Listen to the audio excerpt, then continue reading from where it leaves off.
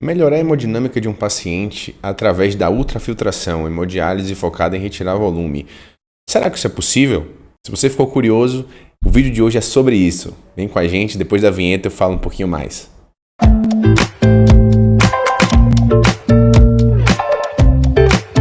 Fala pessoal, sejam todos muito bem-vindos aqui ao canal Intensivista.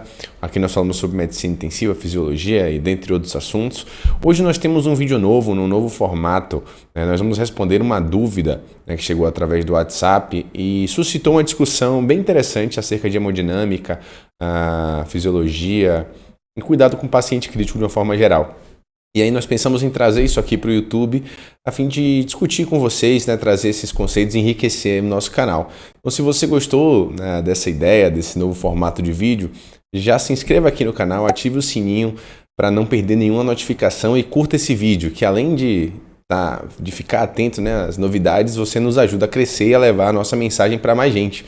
Então, sem mais delongas, vamos para a pergunta que foi enviada através do WhatsApp.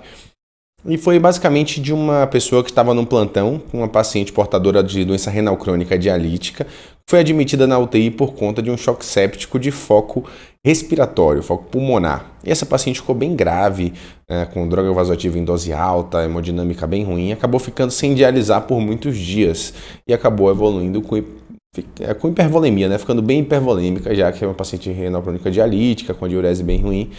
Então, houve esse problema. E apesar de ter obtido alguma melhora do ponto de vista hemodinâmico, com aquela saída daquela fase mais grave do choque, ainda ficou aquela norinha que não sai, uma perfusão em cima do muro, com tempo de enchimento capilar prolongado, lactato persistentemente ali em torno de 2,5. E, diante disso, foi levantada na visita a possibilidade de que a ultrafiltração, que é a hemodiálise focada em retirar volume, poderia melhorar a hemodinâmica dessa paciente, Poderia ajudar no desmame de droga vasoativa e na melhora da perfusão tecidual.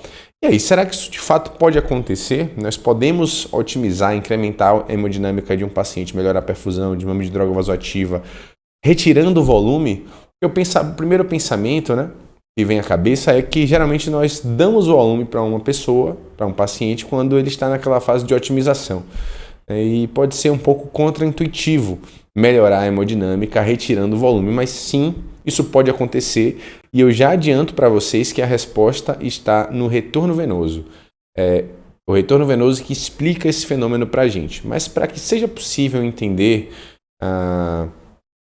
ter um entendimento realmente desse processo, a gente precisa voltar lá para o início, desde o conceito de choque, passando a DO2, débito cardíaco, volume sistólico, para aí sim a gente entender como o retorno venoso pode influenciar nesse processo, beleza? Eu separei aqui alguns materiais para a gente discutir e o primeiro deles é esse livro Monitorização Hemodinâmica, do Michael Pinsky, um livro bem interessante, Como eu falei, nós vamos começar desde um princípio, aqui com um capítulo de choque, definição e reconhecimento.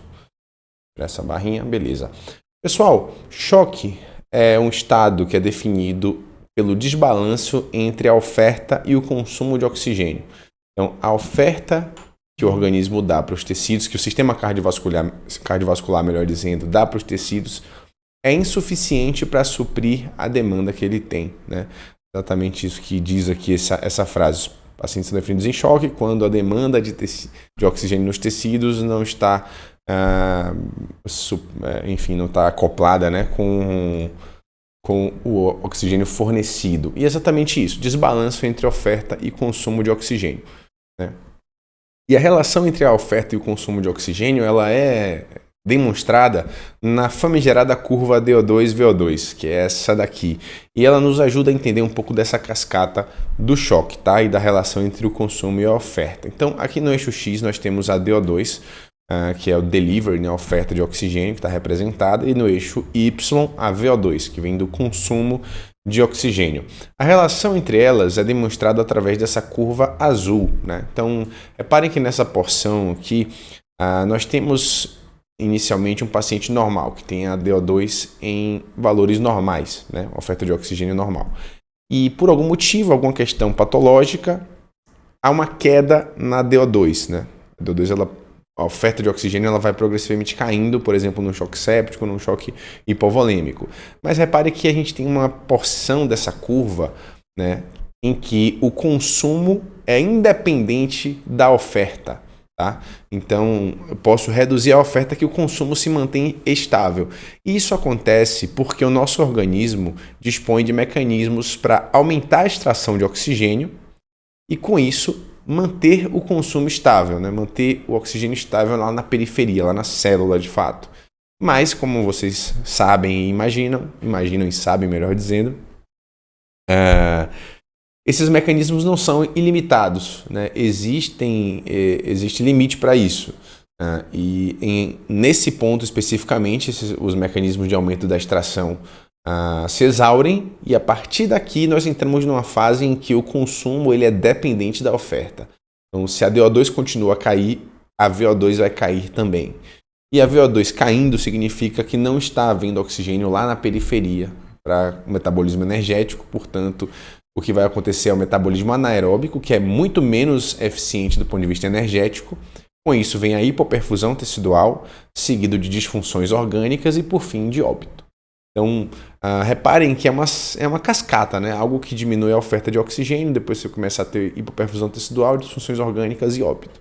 Então, é muito importante que o intensivista ou a pessoa que está ali na beira do leito cuidando do paciente intervenha, né, para interromper esse processo e evitar as suas consequências catastróficas que podem acontecer. E para terminar aqui com essa curva, a curva vermelha representa o lactato. Então, em toda essa fase de independência da VO2 pela DO2, o lactato ele também permanece inalterado.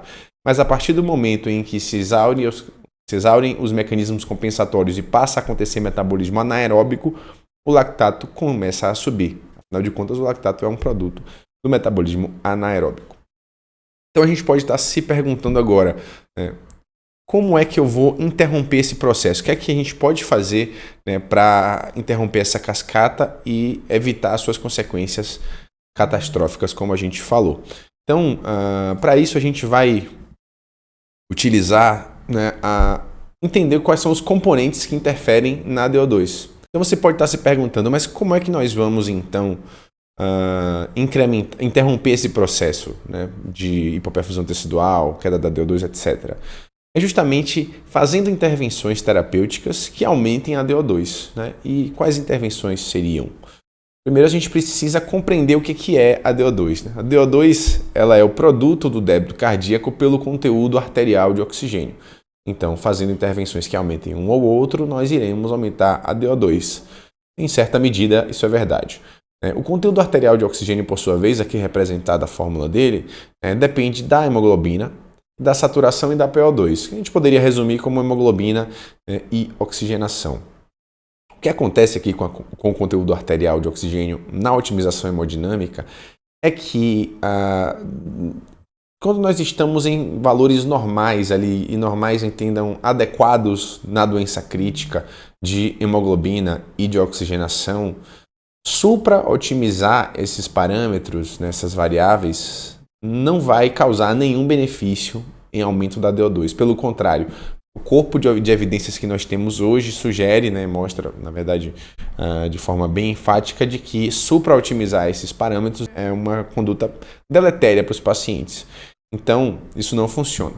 Funciona apenas para aqueles pacientes com valores extremos, né, que tem uma queda muito abrupta de hemoglobina no choque hemorrágico.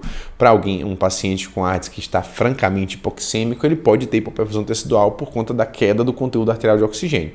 Mas para a vasta maioria dos pacientes que estão internados na UTI, que não tem valores fora dos adequados na doença crítica, de hemoglobina, saturação e PaO2, não teríamos muita coisa para otimizar, já que a supra-otimização é deletéria.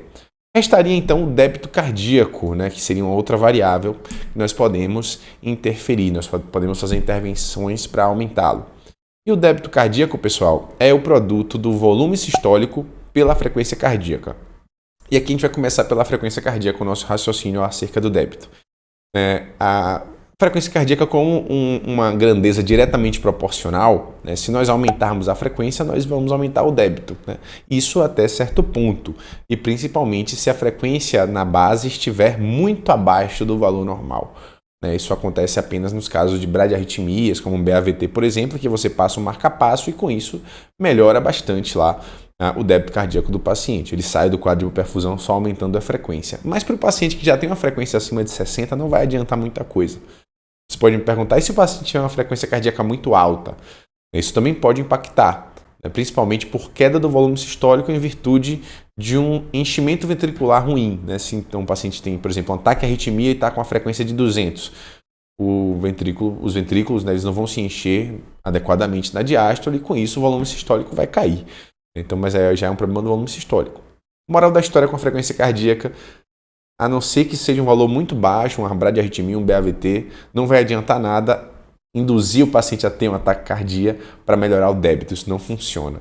Então sobra para a gente aqui o herói da história, que é o volume sistólico, que é justamente o alvo das principais intervenções, da maioria das intervenções na otimização hemodinâmica, né? E o volume sistólico, por sua vez, ele depende de 3 variáveis, né, que são a pré-carga, a pós-carga e a contratilidade. Cada um interfere de uma maneira ali no volume sistólico, e é isso que a gente vai ver agora no nosso livro. Vamos só mudar aqui o nosso capítulo.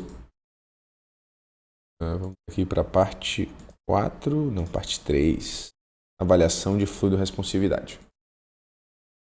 Então, pessoal, a relação entre a pré-carga inicialmente e o volume sistólico é uma relação diretamente proporcional até certo ponto, mas que passa a ter uma diferença quando a pré-carga aumenta muito.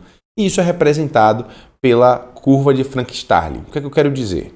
Essa aqui é a imagem que representa a curva de Frank-Starling, né? Nós temos a pré-carga aqui no eixo X, o volume sistólico no eixo Y, e temos 4 curvas representadas aqui, que são variações, né, da curva de Frank-Starling baseados na contratilidade miocárdica, na função sistólica. Vamos utilizar essa primeira curva, né? Então reparem que no início da curva, né, são grandezas assim, diretamente proporcionais. A pré-carga aumenta, o volume sistólico também aumenta. Porém, chega um momento em que os cardiomiócitos eles já estão tão estirados que o aumento da pré-carga não vai gerar mais uma contração efetiva, com ejeção de sangue sistólica efetiva, e nós chegaremos numa fase de platô, na qual não adianta mais aumentar a pré-carga, pois o coração ele não consegue mais ejetar aquilo ali, porque já está muito estirado. E a partir desse ponto, onde chegamos no platô da curva de Frank-Starling, o excesso de volume, de fluido, de volemia, só vai causar aumento das pressões de enchimento, as pressões dentro do coração. Em relação à contratilidade, é uma grandeza diretamente proporcional também ao volume sistólico. Geralmente, quanto maior a contratilidade, maior será o volume sistólico. E aqui nós podemos ver, inclusive, nessas curvas, porque a contratilidade interfere diretamente, né, na relação entre a pré-carga e o volume sistólico, né, na força de ejeção. Então reparem que essa primeira curva que nós analisamos agora, ela é bem pujante no início e o platô demora de chegar, e mesmo assim é um platô que tende a subir, né, tem uma certa inclinação. E aqui seria um paciente, uma curva que representa um paciente com uma função ventricular esquerda normal. No entanto, se nós formos aqui para a última linha, reparem que a fase ascendente ela é bem frustra, com inclinação realmente bem reduzida, e logo chegamos num longo platô praticamente horizontal, onde não adianta nada, que a gente pode aumentar a pré-carga o quanto for, e o volume sistólico vai ficar inalterado. Então, o que a gente fizer a mais ali de volume, ele só vai aumentar pressões de enchimento. Então, contratilidade é essa relação. E a pós-carga, por sua vez, ela é inversamente proporcional ao volume sistólico, já que é a resistência, né, que o coração tem que vencer ali a cada ciclo na ejeção ventricular, beleza? Então fizemos esse apanhado geral de estados de choque, DO2, débito cardíaco, volume sistólico, para chegar no grande astro aqui do nosso vídeo, que é o retorno venoso.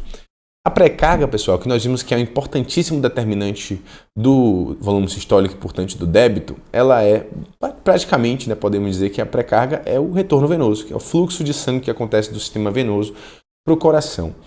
E nós vamos utilizar agora um outro artigo, aqui, um outro material para ilustrar isso, que é esse paper publicado na Critical Care, uma revisão de título Volemia e a sua relação com o débito cardíaco e o retorno venoso, publicado em 2016. Aqui tem uma figurinha interessante para explicar o retorno venoso. O retorno venoso, como eu falei, é o fluxo de sangue da periferia dos vasos das veias, né, para o coração, para o ato direito. E nós sabemos, né, desde lá da física, que para que qualquer fluxo aconteça em um sistema, é necessário que haja diferença de pressão entre dois pontos. E o fluxo acontecerá do ponto de maior pressão para o ponto de menor pressão. É assim em qualquer coisa, até no vento é assim que acontece, que é um fluxo de ar em última instância. E no sistema cardiovascular, que diferença de pressão seria essa? É justamente a diferença de pressão nas veias, né, nas grandes veias, que seria a pressão média sistêmica, aqui da sigla em inglês Mean Systemic Filling Pressure. O país inglês não está em dia, estou treinando. Então seria a diferença entre a pressão média sistêmica, que é a pressão nas veias em última instância, até o átrio direito, e a pressão do átrio direito, que é o fluxo, que é o caminho que o sangue precisa percorrer. Então, quanto maior for essa diferença, ou seja, quanto maior for a pressão média sistêmica e quanto menor for a pressão do átrio direito, maior será o retorno venoso. E maior sendo o retorno venoso, maior será a pré-carga, maior será o volume sistólico, maior será o débito cardíaco e maior será a DO2. Se a gente for fazer um raciocínio oposto, né, imagine que aconteceu alguma condição patológica, por exemplo, um sangramento, né? O que é que vai acontecer aqui no sangramento? O paciente vai perder volemia, vai perder sangue. E com isso nós diminuímos o volume estressado, que é o volume sanguíneo que é capaz de causar tensão ali nas grandes veias, aumentando a pressão média sistêmica. Não existe uma parte do volume estressado, uma parte não estressado, mas o componente ali estressado do volume, a capacidade, né, aquele que tem capacidade de gerar pressão nas veias e aumentar a pressão média sistêmica, vai diminuir, né, pela perda do volume. E com isso a pressão média sistêmica vai cair. Se a pressão média sistêmica cai e a pressão do átrio direito está inalterada, né, nós teremos uma queda também do gradiente de pressão entre eles, e isso faz com que o retorno venoso diminua. Se diminui o retorno venoso, diminui a pré-carga, diminui o volume sistólico, diminui o débito, diminui a DO2, acontece toda aquela cascata depois, né? Primeira fase independente do consumo, a extração vai aumentar até o DO2 crítico, depois no DO2 crítico começa a ter hipoperfusão tecidual, disfunção orgânica e morte. E nós vimos que nós precisamos intervir no retorno venoso para interromper essa cascata. Beleza? Então aqui no caso seria conter o sangramento, fazer expulsão volêmica e usar droga vasoativa naquele início para manter a PAM estável, né, em níveis seguros. E no caso da diálise, como é que isso é explicado? Né? Beleza, a gente falou bastante, explicou, falou bonito, mas não explicamos a dúvida ainda. O que é que acontece na diálise? Nesse caso específico, nós temos uma paciente hipervolêmica.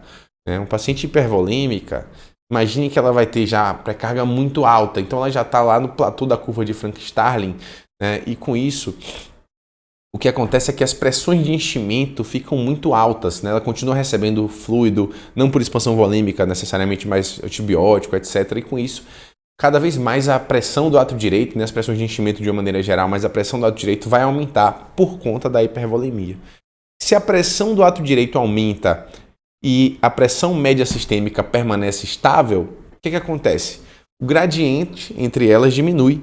Se o gradiente diminui, diminui o retorno venoso, diminui a pré-carga, o volume sistólico, o débito. E o que a gente faz com a diálise, com a ultrafiltração? Vamos diminuir essa volemia, tirar fluido dela lá. Com isso, a pressão no átrio direito vai diminuir, né, já que nós vamos tirar volume nesse momento. Quando a pressão do átrio direito diminui nesse caso, a pressão do átrio direito aqui na imagem diminui, o que acontece?